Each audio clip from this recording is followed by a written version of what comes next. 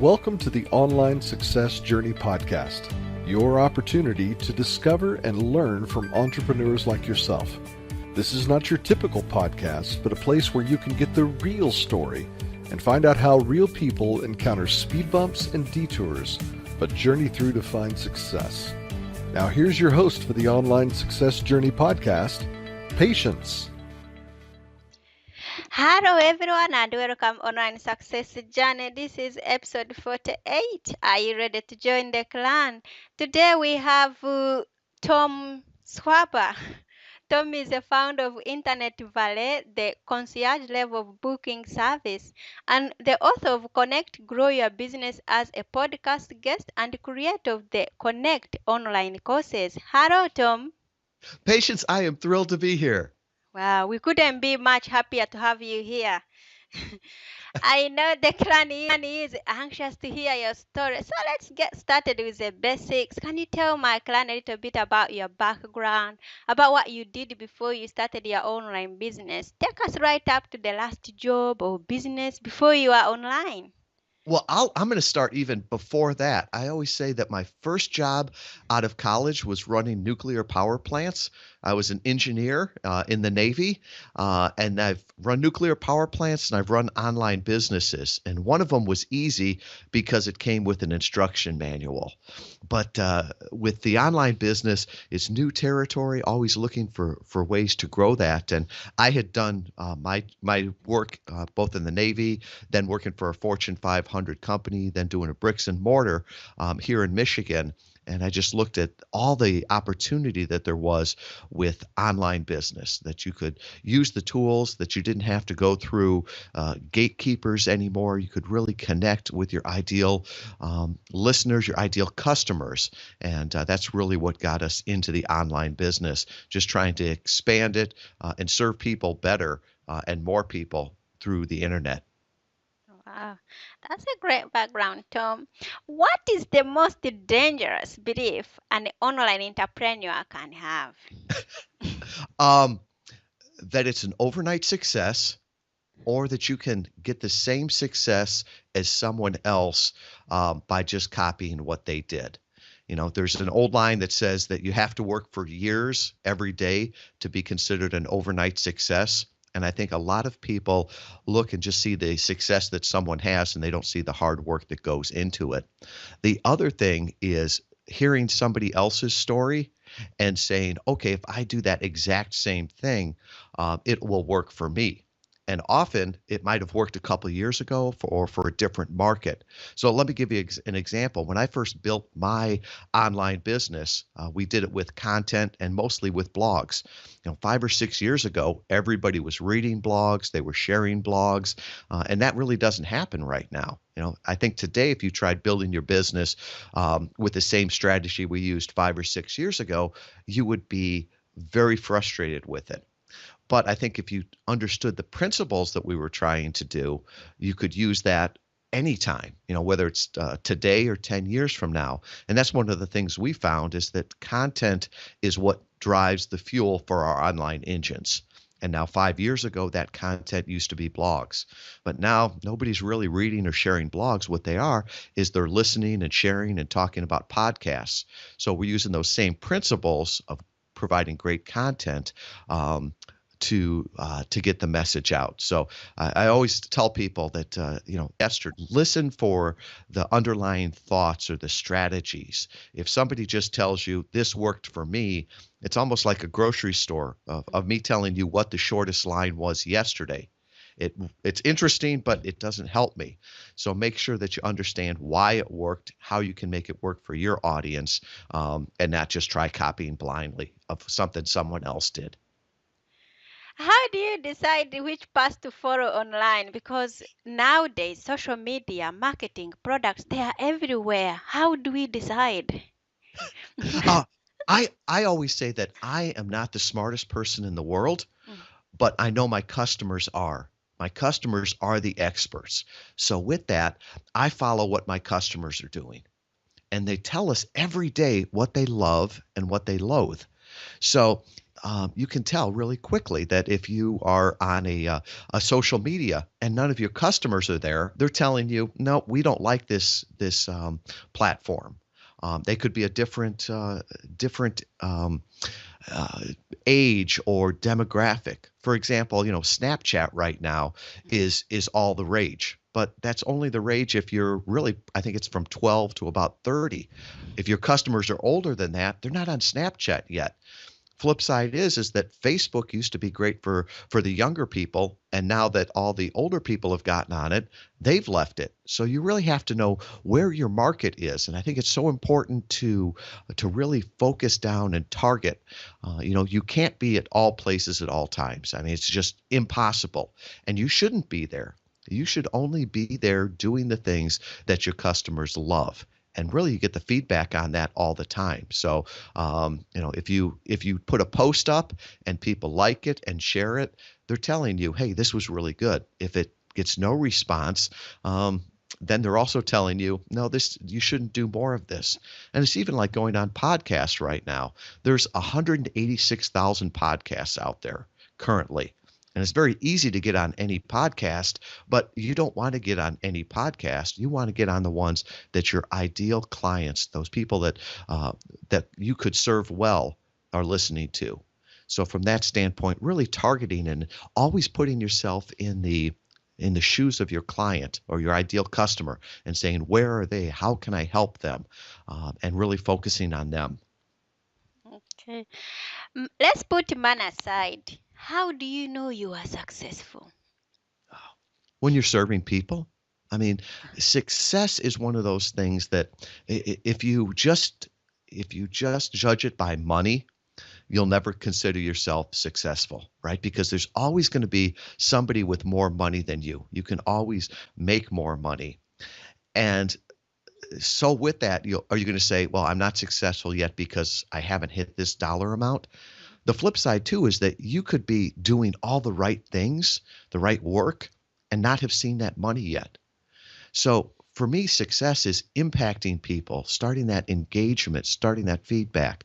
And this is important for especially someone like your listeners that's starting out and trying to go from a side job to their full online business, or taking a small online business from small to big. You don't get to be successful as soon as you get to be as big as Mark Zuckerberg or Richard Branson. No, you're successful every day that you go out there and help somebody and start growing your business and growing your brand. And each day that you do more successful actions, the money will come. It's almost like when you have an old-fashioned well where you've got to pump the well in order to get the water out. Well, you're successful when you start pumping that well.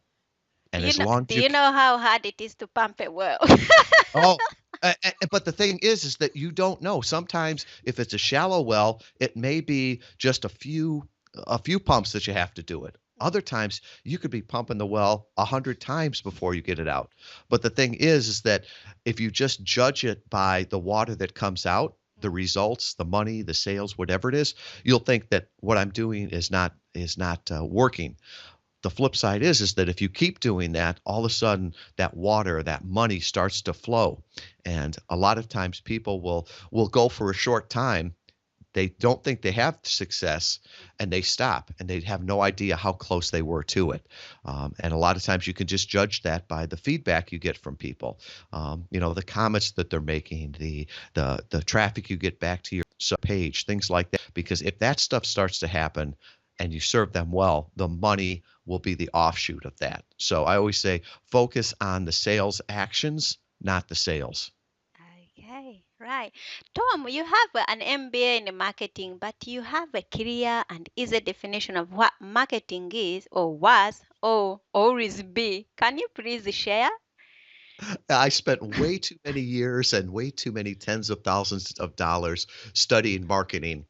And it wasn't until afterwards that I really thought about it. And marketing at its core, at its basic, is starting a conversation with someone that could be an ideal customer, right? Everything that we've ever done with billboards, with televisions, with radio, online, even now with podcasts. What you want to do is start a conversation with somebody that you could serve well. Get them to know, like, and trust you. Get them to understand that you can help them with their problem. And that's marketing. And then you can take them and work it through sales and really serve them. And I think if you look at it through that lens, it makes things much, much clearer. So if you look and say, will this marketing work for me? Well, ask yourself, will this allow me to connect with my ideal customer? So for example, would Facebook marketing work? Well, if your clients or your ideal prospects aren't on Facebook, no, there's no way that would work. It's almost like advertising or marketing in a different language. It's not going to connect with the people that you want to serve. So really, with any marketing, you should start with the question of, who are my ideal customers? Where are they? And where can I start that conversation? And, over this last couple of years, people have been talking about, how do I get through this noisy world? How do I get through the noise? And something I've noticed over the last, few months, maybe 6 months, is every place I go, it's not a noisy world for our customers anymore. They've got their beats on, they've got their earbuds in their ears. They've drowned out everything except what they want to listen to. So they're cutting out the noise themselves. And that's one of the reasons we feel that podcasts or podcast interviews work so well, because somebody is giving you 30 or 45 minutes of their undivided attention. And if you find the right audience that you can talk with and could be your ideal customers and really serve them, what a great way to market to them and to get them to know, like, and trust you. In fact, in all of our studies we've done, we found out that podcast interviews convert 25 times better than blogs. And people say, well, couldn't I do the same thing being on radio or television? And I said, well, you could, but if you call up a radio station right now and say, hey, I would like to be interviewed, they're going to come back with the sales department and they're going to want you to buy access to it. If you want to be on national television, you're going to have to buy a whole lot of ads to do that. And really, it may not be your target audience. Whereas with podcasts, you can find out what your customers or ideal customers are listening to, get on there, be able to tell your story, offer them value. And really, that's the best marketing you will ever do. Wow, okay. What encouragement have you got for my members of clan who are not quite there yet? The encouragement that I would give you is to start taking action. None of us know everything we need to get to the place we want to be, right? Because if we did, we'd already be there. And I always say that I learn more by going out and trying things than I not do from always studying things. There's a lot of gurus out there and there's a lot of opinions, and the expert in your business is not you, it's not me, it's not even a consultant that you hire. The expert in your business is your customer, and they'll tell you exactly what they love and what they loathe. But you've got to go out there and get the feedback from them and always be running those tests to see how you can serve them better, how you can connect. So often the best way of learning is going out there and trying it on a small scale. And the customers will give you the feedback. The other thing is that what I am so impressed in this online market that we have here is how helpful people are. I mean, every answer to every question you have is somewhere out there online right now. And there's people out there that will help you and give you the knowledge to account. And you don't even by and large money to do it. You can listen to podcasts. You can go to conferences, and that's where you learn things. The learn things that are really working now. It's not in a textbook, because a textbook is like the history. What's going on right now, people are talking about. I just got back from a conference in San Diego, and it was just amazing, the new ideas and how helpful people are. So I just encourage you, if you don't think you're ready, you're probably more ready than you are.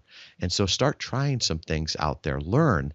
And as you learn, you'll be able to do it even better. And a great place to do that with very little barrier to entry can be going on podcasts that your listeners listen to now or your ideal customers listen to, because you can talk about things. You can get their feedback.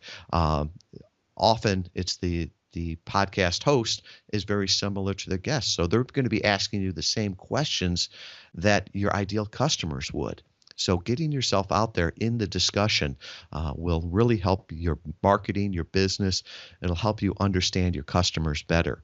And that's what I would say, that, take action now on your dream, because it's the old thing. The best time to plant a tree was 20 years ago. The next best time is today. So go out there and do it. Wow. What is the most valuable thing your mentor has told you? I always flip this on the backside, the worst business advice I ever got, because I think the worst business advice I ever got turned out to be the best. And it came from my grandfather.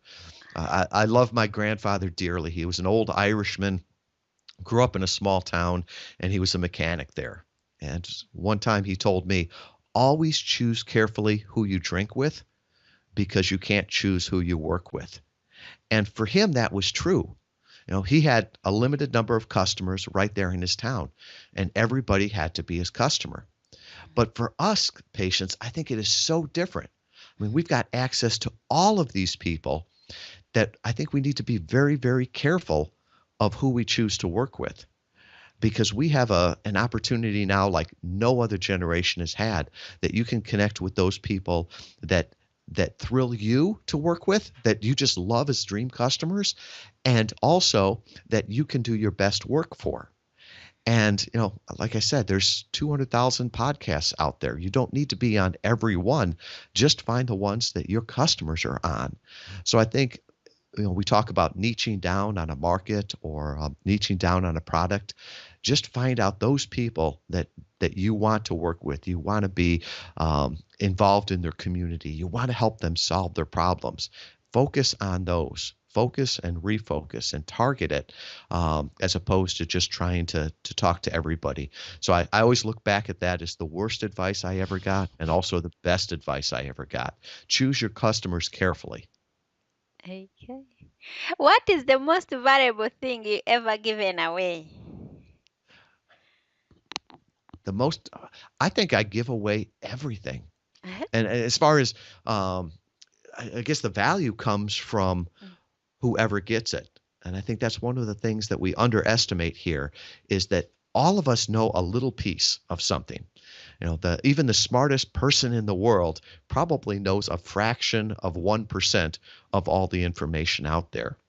And Derek Sivers, who wrote Anything You Want, he started CD Baby. He's which was the precursor to iTunes. He says, what's ordinary to you is amazing to others.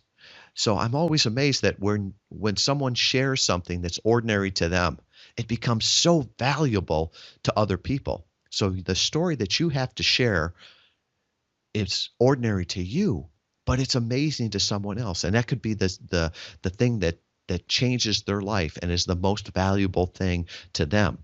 So I always say, don't underestimate the value that you have to give to someone else. And one of the stories I use to as an example of this is when I grew up, my father, we moved out to the suburbs, and he planted a bunch of fruit trees. It was the first time he had a little postage stamp of a lot, but he planted some different fruit trees. There was an apple tree, a cherry tree, a pear tree. And after a couple of years, he didn't get any fruit from it. And it wasn't until one of our neighbors, who was an old farmer that moved into the city, pointed out to him that you'll never get fruit unless you cross-pollinate. And my dad had no idea what that was, but he said, you've got to have other fruit trees around that are similar to that in order to get fruit. So luckily, our neighbor took pity on my dad, and he bought some of the same trees. And because of that, the bees took the pollen back and forth, and we both got fruit from it. So that pollen was so valuable because it's what allowed them to get fruit. And I think we see the same thing in our life here. Sometimes the most valuable thing in someone's life can be the smallest thing. And that's what takes them from just surviving to bearing fruit. And don't think that it's only other people that have the ideas. You've got something that would be amazing to me and could change my life and could be so valuable. And you never know who those people are. So that's why I encourage you to go out there and go into the world and share what you know, because that could be the pollen to bring fruit to someone else's life. And you may never think of it that it was valuable, but to them, it could change their world. Wow, what amazing story. Thank you. Okay, Tom, let's talk about your business. Briefly tell us about the Interview Valet. Sure. One of the things that we found over the last few years was that, content is what drives our online businesses. And we've always been busy building our businesses on content, with blogs and videos, things like that. And it wasn't until we started to work with clients that had great stories and great voices that we thought, wow, I wonder if we could get them on a podcast or have their own podcast. And, anybody that tells you a podcast is easy to do has either never done it or never done it well. Patience, my hat goes off to you on all the work you do to make this podcast so great. So Thank one of the things you. we saw was that if you could get on other people's podcasts that already have the listeners there, you could tap into that audience. And when we did that, we saw that our engagement rate was so much higher than blogs. A blog will convert at 1% to 2% from visitors to leads. Podcast interviews were converting at 25%, 50%. We've even had some that converted at 75%. And I think what it is that in a half hour, people get to know, like, and trust you. They either resonate with what you do or they don't. So we really focused on how can we perfect this. I say I'm an engineer at heart, so we always tested that to see how we could do it better and better. And so with that, we came up with different levels that we could help people. So, there's the book that's coming out that you can learn how to do the strategy. There's an online course, or there's even the done for you service, which is Interview Valet. And that's one where we do everything. We just allow you to be the guest and we take care of the rest. So we take care of finding the right podcast for you, getting you introduced, getting you prepared for it. So all that you have to do is show up for that 30 to 45-minute interview, and we help you take listeners to visitors to leads. And it's a great tool, and even someone that's an introvert can still talk on the phone or on the microphone to just one person. So, I mean, it's easy to talk to patients.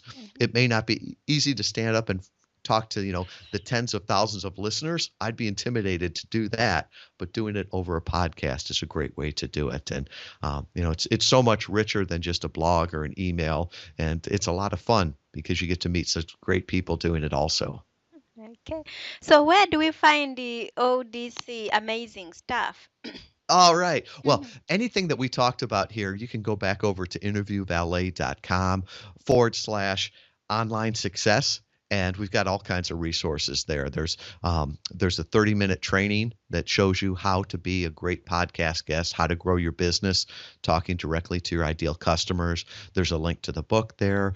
There's also a link to a checklist of things that you want to do as a podcast guest. So all kinds of great resources there if you just go to interviewvalet.com/online success. And I really mean it when I said what's ordinary to you is amazing to me.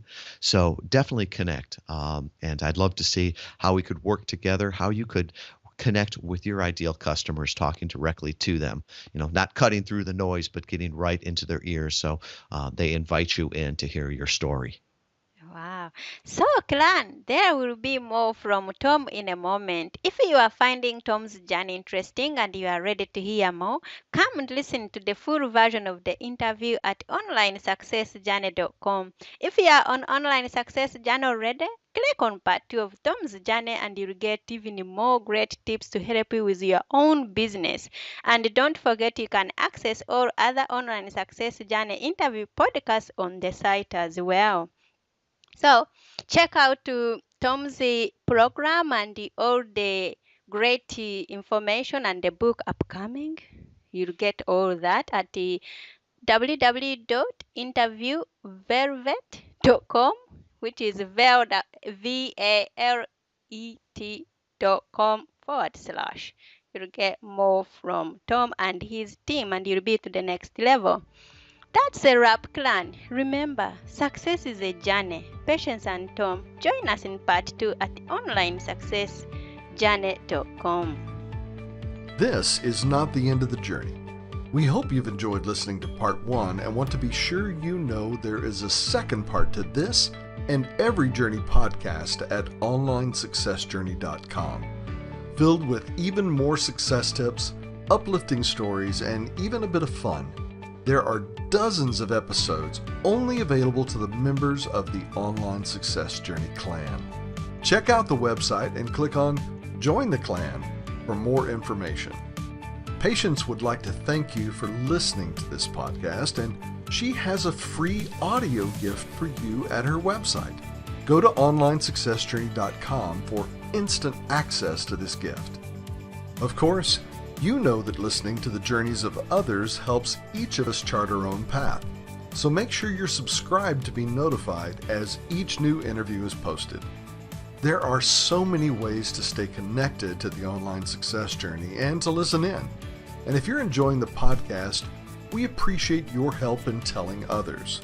One of the best ways to share the benefit you get is to rate and review it at Stitcher and other sites by clicking the stars or completing the ratings form, by clicking thumbs up and leaving a comment on YouTube, or liking and sharing the podcast on social media. To review the podcast within iTunes, simply open iTunes to the podcast, click on Ratings and Reviews, then write a review. On behalf of Patience, and until next time, thanks once more for listening. It is our hope that this podcast will guide you on your own online success journey.